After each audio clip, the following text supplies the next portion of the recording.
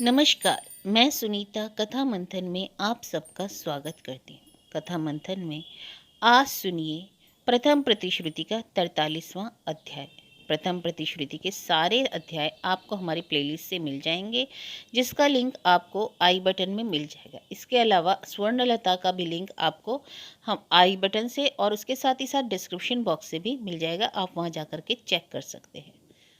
स्वर्णलता का तो जानते ही हैं कौन थी, सत्यवती की बेटी। अगर आप उसका उपन्यास पूरा सुनना चाहते हैं तो सारे अध्याय स्वर्णलता उपन्यास के हमारे प्लेलिस्ट में हैं, आप वहां जाकर के चेक कर सकते हैं। इसके अलावा अन्य उपन्यास और कहानियों का लिंक भी वहीं दे रखा है, आप चेक कर सकते हैं। अब तक हमने देखा कि रामकली काशीवास के लिए प्रस्थान करते हैं और वे सत्य से देखा करके जाते हैं। अब आगे। भरी दोपहरी नाव बीच गंगा में थी। डांड खेने की लगातार आवाज के सिवाय दूसरी कोई आवाज नहीं। रह रहकर मल्लाहों की एक दुर्बोध हुंकार सन्नाटे को जैसे चौंका देती। नाव के आसपास डांडों के धक्के से टूटते हुए पानी का वृत्त, दूर में लहर खिले पानी के रेशम से चिकने बदन पर हवा का कंपन, लहराते घी रंग की उस रेशमी ओढ़नी में हीरे की कनी सी धूप की चमक। उस समारोह की ओर देखते हुए रामकली स्तब्ध बैठे थे। भरी दोपहरी में गंगा का स्थिर पानी, नाव की गति मंथर, इसलिए भीतर कोई आलोड़न नहीं। लेकिन मन के भीतर, जो मन देह के उस निस्तब्ध किले में सदा समाहित रहा है, ना आलोड़न नहीं। सिर्फ जैसे सदा के सम्माहित मन को आज रामकली ने जरा आवाज दे दी, मनमाना घूमने फिरने के लिए छोड़ दिया। 68 साल के अरसे में जिस लंबे प्रांतर को वे पार कर आए, उसके इस छोर से दूसरे छोर तक हठात छुटकारा पाने वाला वह मन चक्कर काटने लगा।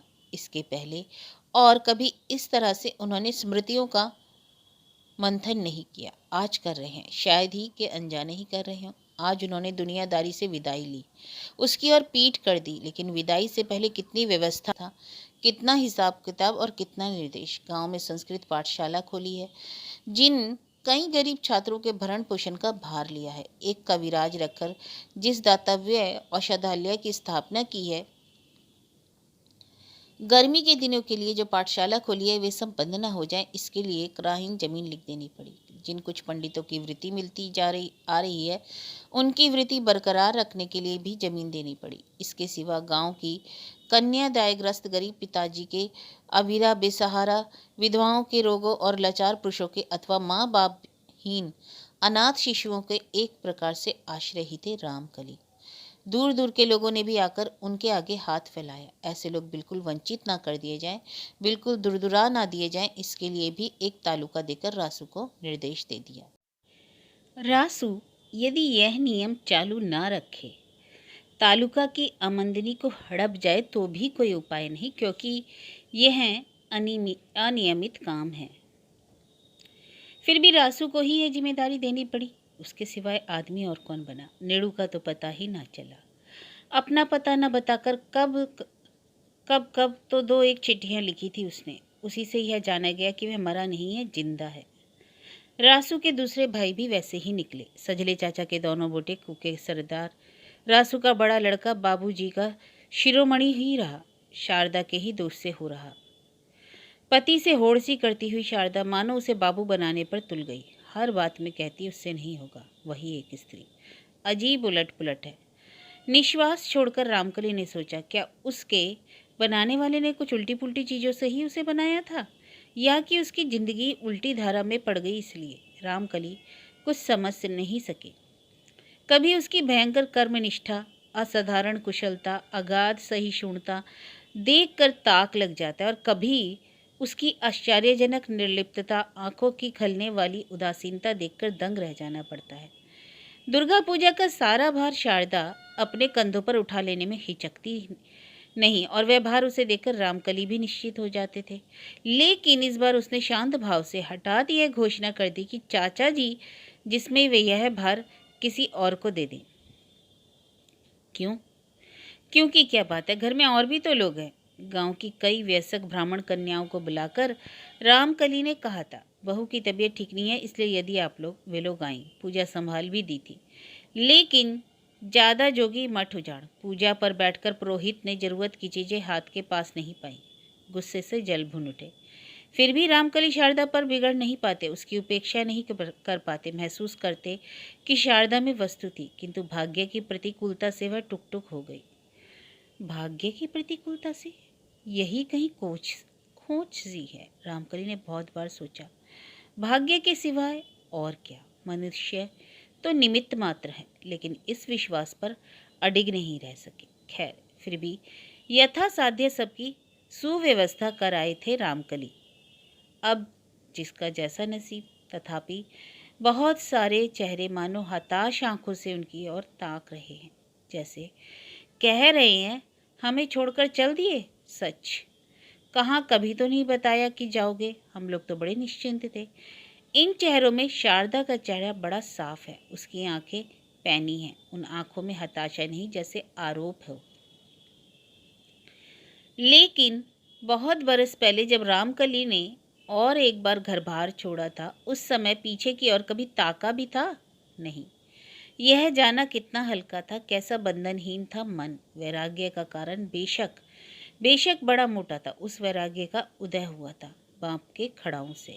क्रोध, दुख, अपमान, क्षोभ, कुल मिलाकर एक तीव्र अनुभूति से ने मानो ठेल कर उस किशोर बालक को घर से निकाल दिया था, जिसे मानो रामकली अपनी निगाहों के सामने देख रहे हैं। लड़का नाव के अंदर घुसकर दिन भर बैठा रहा, किसी ने वैसा ख्याल नहीं किया। समय पर नाव खोल तो लड़का दुबका रहा। बड़ी देर के बाद पकड़ाया, तब तक नाव काफ़ी दूर जा चुकी थी। रामकली देख रहे हैं मल्लाह उस लड़के से जिरह कर रहे हैं और वह लड़का मजे में जवाब दे रहा है, मेरे कहीं कोई नहीं है, गरीब ब्राह्मणों की राय विराय मैं नहीं दे सकूंगा। नाव जहाँ तक जाएगी वहाँ तक यदि आप लोग दया करके मुझे पहुँचा दें।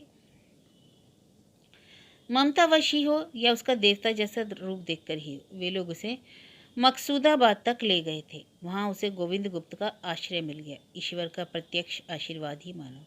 उस किशोर बालक को लगा, दुनिया इतनी बड़ी है, ईश्वर इतने दयालु हैं, या कि यही भगवान है। पुराणों की कहानियों की तरह रूप बदलकर राम कली पर कृपा करने आए हैं। वह लड़का गंगा के घाट पर ही बैठा था।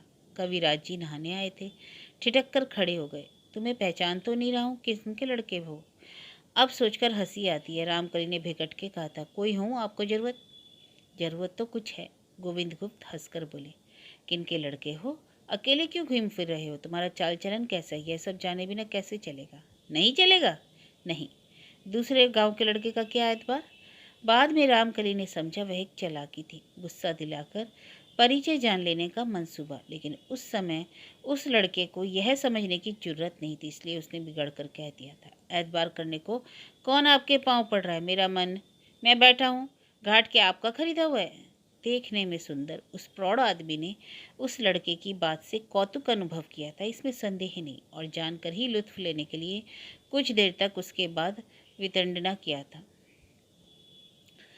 उसके बाद पता नहीं कैसे सुलह हो गई और कैसे तो वहाँ आश्रय मिल गया। सिर्फ आश्रय, निपुते दंपत्ति के हृदय उजाड़ कर प्यार का अधिकारी नहीं बन गया था वह वाचाल लड़का। धीरे धीरे उसकी यह वाचालता जाती रही। वह स्थिर, शांत और मेधावी छात्र बन गया। फिर मात्र स्नेह का ही नहीं, उनके सर्वस्व का अधिकारी हो गया। अजीब है। इतने पर भी कभी एक दिन भी कविराज पत्नी ने उसे अपने हाथ से पकाकर नहीं खिलाया। किसी ब्राह्मण के यहाँ उसके खाने पीने का इंतजाम कर दिया। सारे दृश्य आंखों के सामने झलमला उठे। रामकली ने लाड़ से जिद की, मैं तो आपकी ही जात का हो गया हूँ। लेकिन कविराज पत्नी ने होठों पर हंसी और आंखों में पानी भरकर कहा, पागल कहीं क्या, ऐसा भी होता है? आपके भी तो जने हुआ। गोविंद गुप्त हंसे थे। बेशक है, मगर बात क्या है जानते हो? जात तो सबकी होती है, गेहूं और डोडा सांप एक जैसे नहीं। उसी तरह तुम्हारा और मेरा जन्म एक नहीं है। तुम्हें तो दत्तक ले लेने को जी चाहता है, लेकिन लेता कब क्या अपराध बन पड़े क्या पता। स्नेह के साथ श्रद्धा का अजूबा सम्मिश्रण रामकली ने पहले बताया था, मेरे कोई नहीं है। उसके बाद धीरे धीरे सब भेद खुल गया था। गोविंद गुप्त कहते, देख, तेरे माँ बाप को खबर नहीं देना मेरे लिए महापाप हो रहा है।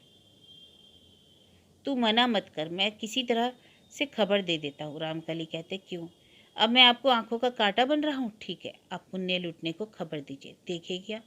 देखिएगा चिड़िया फुर हो चुकी है। कविराज पत्नी सिहर उठती, कहती, अरे बाबा, पाप पाप करके तुम ही इतने तावले क्यों हो रहे हो? माँ बाप उसका है, वह अपना समझे। लड़के का मन अगर माँ के लिए ना रोए तो समझो माँ के ही जी में कहीं कमी है।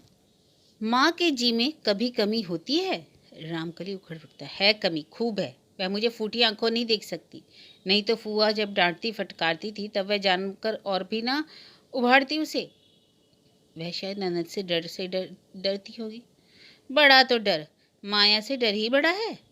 पीछे रामकली ने बहुत बार सोचा, सच तो माँ के लिए तो जरा भी जी कैसा नहीं करता था। बल्कि कविराज पत्नी जब बीमार होती और अंत तक जब चल ही बसी, छिप छिप कर रोते रोते बुरा हाल हो गया था उसका। ऐसा क्यों हुआ था? रामकली निर्दयी थे या कि उसने माँ बाप ही स्नेहहीन थे?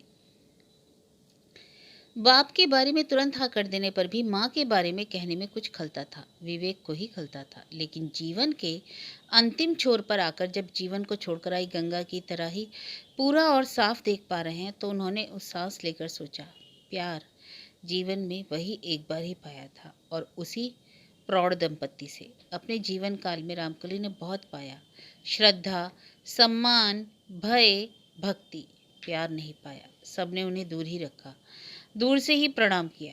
रामकली को का अपना ही दोष है। दूरी का यह दायरा उन्होंने खुद ही बनाया, जानकर नहीं, स्वभाव से। कभी सोच भी सके वे कि गांव के किसी कामकाज के ब्राह्मण भोज को पात में पत्तल लिए बैठे हैं? सोच सके कि वे कहीं दान ले रहे हैं, किसी के चंडी मंडप में बैठकर गपशप कर रहे हैं, ताश पासा खेल रहे हैं? सोचने से हंसी क्या आएगी, सोच ही नहीं सके। गांव के बहुतेरे कुलीन ऐसे ही साधारण की भूमिका में जिंदगी बिता रहे हैं। तो कुलीनता का वास्तविक वास कहाँ है? संसार को छोड़कर जाते समय आज अचानक उन्हें लग रहा है, मैंने सारा जीवन विजयी की भूमिका में बिताया, लेकिन वास्तव में विजय हो भी सका? तो फिर ऐसा क्यों लग रहा है कि जीवन में बहुत बड़ी एक क्षति की खींच लाए हैं वे? कौन सी क्षति? कहाँ हार हुई? क्षति को सोचते हुए एक अप्रासंगिक बात याद आई। अप्रासंगिक ना भी हो शायद। सत्य ने बड़े दुख के साथ कहा था, यही दुख रह गया बाबूजी कि कभी तुम्हें भात पकाकर खिला नहीं सकी। अच्छा, कितना नुकसान होता, कितना नुकसान होता उन्हें यदि सत्य ने इस खेत को नहीं रहने देते। नियम का मामूली से मामूली नुकसान ही क्या बहुत बड़ा नुकसान होता? अपने जीवन में रामकली जिस वस्तु को परम मूल्य देते हैं आए हैं, मूल्य की क्या यही वही अंतिम बात है? यदि यही हो तो भुवनेश्वरी अजीब एक विजयनी की हंसी हंसती हुई आंखों के आगे बार बार क्यों आ खड़ी होती है? क्यों कहती है वह कि जीवन में तो बहुत पाया, पाने के गर्व से दुनिया की तरफ नजर उठाकर नहीं देखा, लेकिन तुम्हारा असली घर ही तो खाली पड़ा रहा। इसका लेखा कभी लगाया है? सदा कर्तव्य ही करते आए, कभी किसी को प्यार भी कर सके? रामकली अपने मन में डूब गए। प्यार, प्यार किसके लिए संचित रहा? सत्य के सिवा और कोई मुखड़ा आंखों में नहीं आया, और तो मानो सब जीवों के प्रति करुणा। हृदय के निर्जन में सत्य बहुत सी जगह दखल किए हुए, लेकिन सत्य को यह कभी जानने भी दिया उन्होंने? जताना कमजोरी है, यह सोचकर उस पर बालू नहीं डालते आए। एकाएक वे दुर्गा दुर्गा कर उठे, आजादी दिए हुए मन को मानो बांध दिया। बोले, क्यों जी, मुंगेर कब तक पहुंचेंगे? माँ जी ने कहा, आ ही पहुंचे मालिक। ठीक है, कष्टहारिणी घाट में नाव लगाना।